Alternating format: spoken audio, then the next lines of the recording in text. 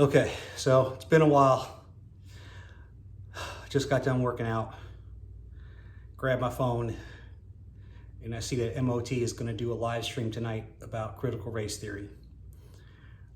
This is something that I've been thinking about a lot over the past week and a half. So I don't know. I'm just going to throw in my little 2 cents. MOT does way better content than I ever would because he's just a very knowledgeable guy, very smart guy. And I'm not going to fanboy anymore. But anyway, so when I first heard about critical race theory, I just thought that it was, and I'm not going to put your name out there, but me and one of the brothers had, I'm going to call it just a slight disagreement. There was no argument, nothing like that, nothing crazy, but and you know who you are. When I say what I'm going to say, you'll know who you are. All right, so anyway, so when I first heard about critical race theory, I basically thought that it was a bunch of very angry and very, I guess you could say, somewhat lazy black people and, quote unquote, for lack of a better term, I'm not putting anybody down or making fun of anybody, but I figured it was them and a bunch of, very far left, green and blue haired, hairy armpit, angry LGBTQ, non-binary type people. That's what I thought it was. And I thought they were just bitching and complaining just about nothing, right? So I just left it at that. And, I just let it go. Okay. So as of late, critical race theory has been a very hot topic, all over the place. It just seems to be popping up all over, right? So what I did was, I said, let me find out exactly what this stuff is, right? So I went to YouTube and I found it was a lecture by this guy, and I don't remember. I'll try to find the video again. And maybe if I can remember, I'll put it in the comment section or, the description box or something like that. And this was a very articulate man. And the lecture was about, I don't know, maybe like 10, 15 minutes long, something like that. And the thing is, the video was put up 5 years ago. So, it was up for a long time, but I guess you could say before it became too hot of as hot of a topic, right? So I listened to it. And one thing that really, the guy made some very eloquent points, and I think he made a lot of sense. And it brought me back to something that I went through back when I was in, it was middle school, junior high, or maybe the first year of high school, one of the two.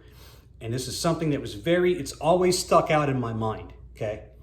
So at the school that I was going to in Long Island, New York, they had, for history that year, the way they did it was they did half of the year was European history and the other half was Afro-Asian, okay?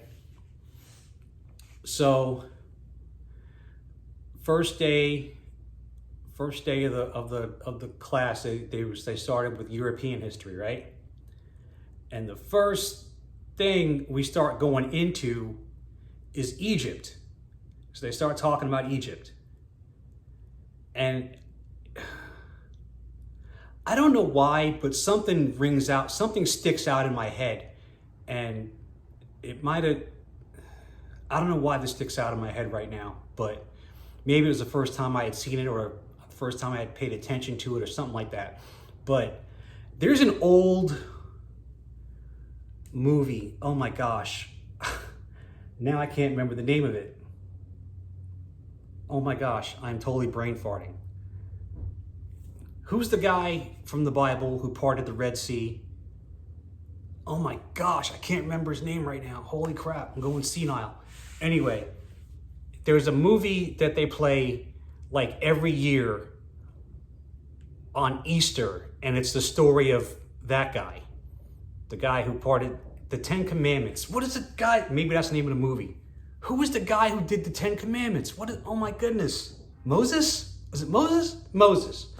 So it's old. It's from like the 60s or something like that. It's an old movie about Moses, and they put him in the river, and he parted the Red Sea and got the 10 Commandments and all that stuff like that. Now, something very interesting about that movie, if you watch it, everybody in the movie is white. Everybody except one group of people, the slaves who were building the pyramids. They're black. Everyone else in the whole freaking movie is white. How does that make sense? Right? So anyway, back to school. So we start talking. The subject is Egypt, and I'm just like, I raised my hand. Hey, teacher. Hey, you do realize that Egypt is in Africa? I mean, you can look right there at the globe. You know, you got. Why are we talking about Egypt in European history? It's clearly not in Europe.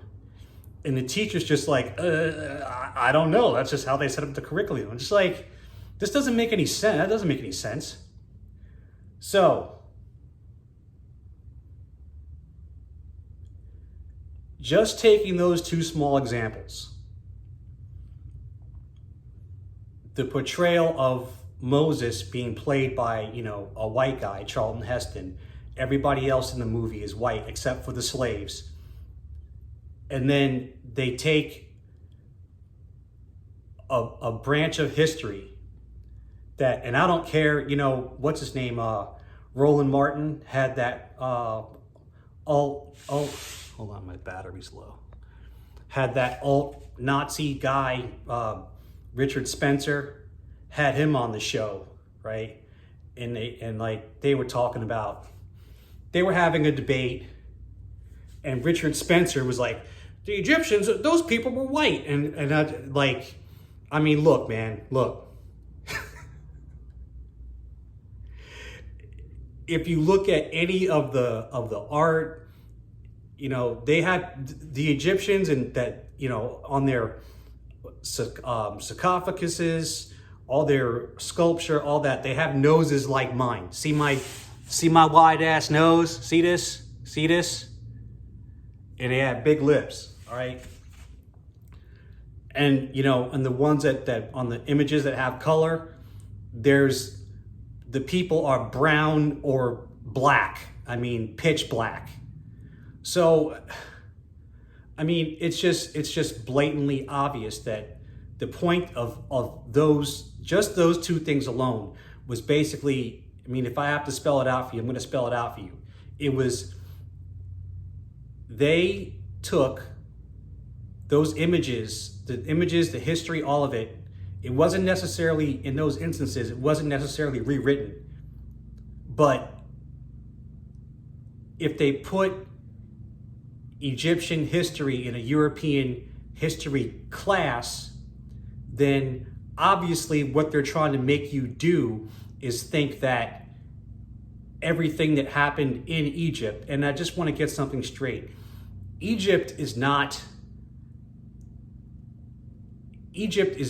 was basically the sum of everything in Africa. It is not like the pinnacle of Africa, like that's like I don't even know how else to explain it, but anyway. Egypt was a collaboration of everything, basically like all the knowledge and whatnot in Africa basically went to Egypt, and the place flourished from there. Okay, so anyway, what they try to do there is pretty much brainwash you into thinking that Africa is nothing, it has no history, there's nothing there, nothing ever happened. The only thing that ever happened there was, guys running around in loincloths, hunting, tigers and lions, and that's it. That's it, right? And then, you know, when they do stuff like take the story of Moses and make everybody in the movie white with the exception of slaves, they're basically trying to get people to think that, yeah, you know, everybody in the Bible.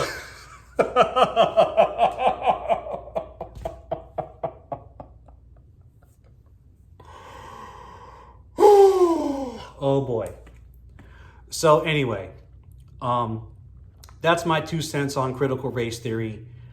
I agree with it. I have no problem with it. I mean, of course, in every instance of everything, you are going to have people who take things too far, but I look at it this way. I have no problem. There shouldn't be any problem with exposing the truth and teaching history the right way and not hiding our history, which is basically what has happened. And that's all I'm going to say for now. Later.